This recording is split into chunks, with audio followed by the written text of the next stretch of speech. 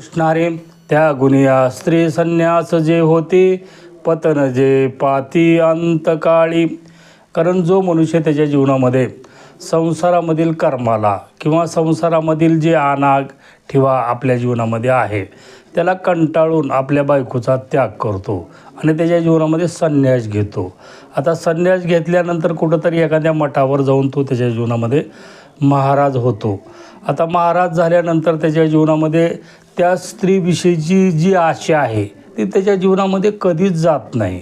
म्हणून त्याच्या जीवनामध्ये त्याला ब्रह्मज्ञान त्याच्या जीवनामध्ये प्राप्त होत नाही, त्याला शब्दज्ञान त्याच्या जीवनामध्ये प्राप्त होतं. म्हणून त्यानं कितीही त्याच्या जीवनामध्ये प्रयत्न केला तरी त्याला ध्यान लागत नाही आणि शेवटी अंतकाळी त्याच्या जीवनामध्ये त्याचा नाशच होतो, त्याचं पतनच होतं, असं महाराज या ओवीमधून सांगतात. रामकृष्ण हरी.